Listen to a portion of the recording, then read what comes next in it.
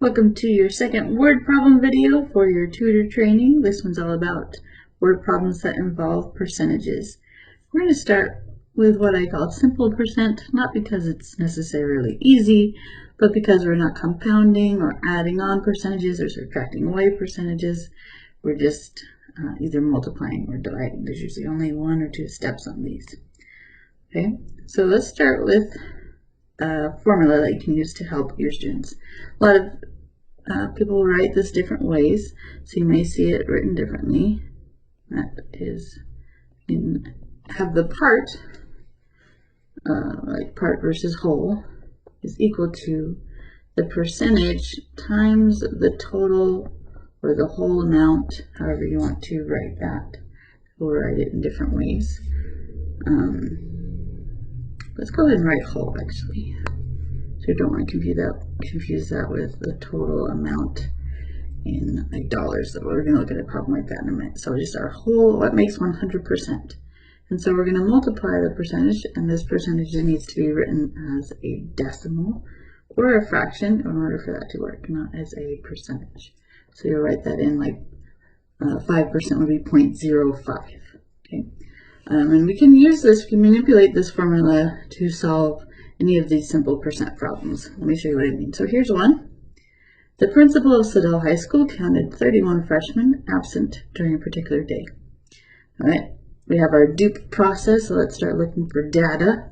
All right, we already have 31 freshmen that are absent. And that is 4%. So we know the percentage on this problem of the total number of freshmen. We do not know the total or the whole amount. How many freshmen are there? Okay, so we want to find that. Our unknown is the total amount of freshmen. Let's go ahead and give that a variable name. Let's call it F for freshman.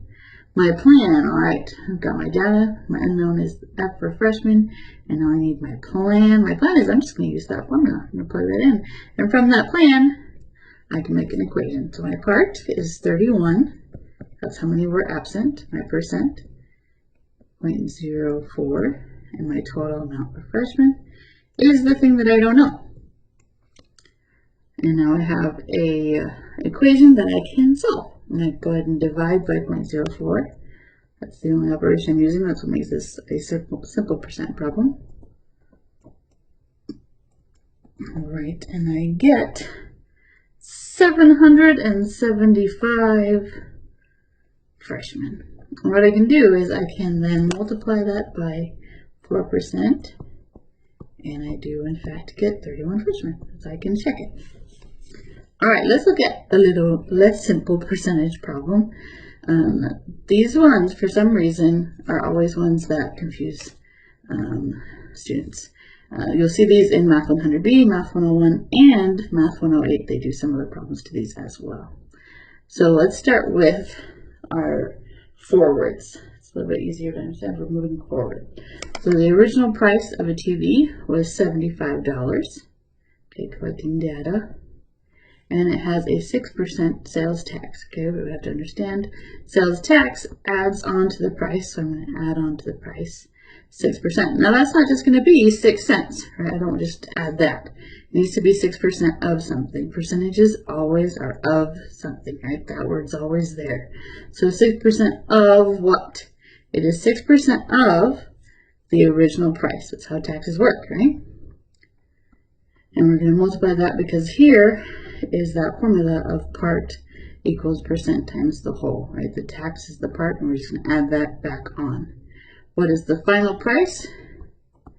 Okay, I kind of skipped my plan, but here's my equation, my final price. So I'm going to find, my plan is I'm going to find the tax, and I'm going to add it on. All right, so then 0.06 times 75 is $4.50. Add that on, and I get $79.50 is my final price for that. Okay, we're going to take a minute and kind of take apart this formula to help us with the other types of problems like this. So let's change the color. So what we did is we took the principal amount, I'm going to use P for that, original amount, principal amount, population, we'll talk about in a second, price, lots of words that start with P. So we have our original amount, and what we did was we multiplied that by a rate. Right? I'm going to use R for rate as percentage times the original amount, and because it was a tax, we added that on. Okay, if this was the exact same problem and it said instead of tax that there was a discount, we would instead have a subtraction sign right there. So this is a plus or minus situation, and that gives us our final amount. Okay, and we're going to use this formula. We could have used it for that problem, didn't have to, but we'll use it on the next one. You will also see some students, especially in Math 108, this happens, who will factor out the P, and so their formula looks like this instead. That is totally okay too. Some students do that way, it makes more sense. The 1 in this case means 100% of the original price, right? 1 is the same as 100%, and we're either adding on or subtracting off a certain percentage depending on the situation. All right, so this formula is going to be really useful, especially for those students who can get there without it. Right? Maybe the formula is going to help them a lot. All right, let's look at this percent change backwards. Here's what I mean by backwards is, on this problem, we don't know the original amount. How many people lived in the town last year? So we're looking for our unknown, and this one is P, or the principal amount. If 19,980 people live here this year, so that's our final amount. So that's what I mean by backwards. So we have to figure out what was there before. And it grew, okay, that means we're going to add on 8% from last year. Okay. So we have, if we use our formula there, our original amount, sadly, we do not know. Okay, put an X there, I'm just going to keep the P. And this is an increase in population, so I'm going to add, not subtract. And then I'm going to have 0.08 as my percentage rate times, again, the thing that I don't know, equals 19,980. And then a lot of students are here get a little confused. They'll try to divide by 0.08, but remember, we need to combine like terms before we divide. And so there is in front of this P, that 1 again, 100% of the principal amount. I'm going to add that to 0.08, just combining like terms, times P equals 19,980. All right, now I'm going to divide by that 108%, or 1.08. And I get back to the principal amount of the original population, which is 18,500. Ta-da!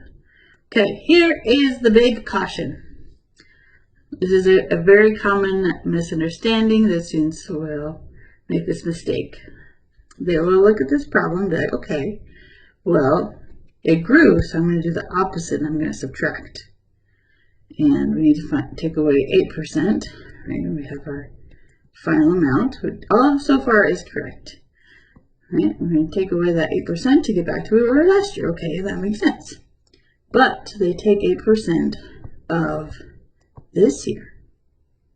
It's not 8% that was added on of this year.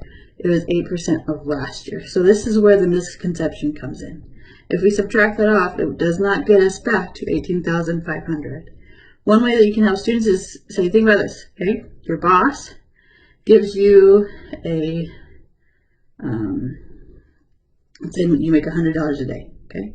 Like, I'm sorry, but we have to do some pay cuts and we have to take off 10% of your pay, right? So that's going to give you $10 less, which is 90. But then the next day, you're like, okay, never mind, let's put that 10% back. But now they say 10% of your current pay, which is adding on $9, right? It's not adding back $10, so you're not back where you were, and you should probably find a different job, even though it pays you $100 a day, because your boss doesn't understand these percentages.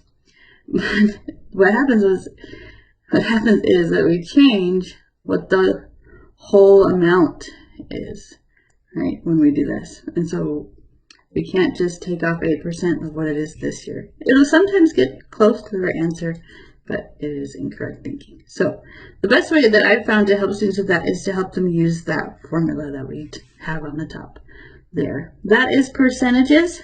Good luck. Go ahead and watch the next word problem video.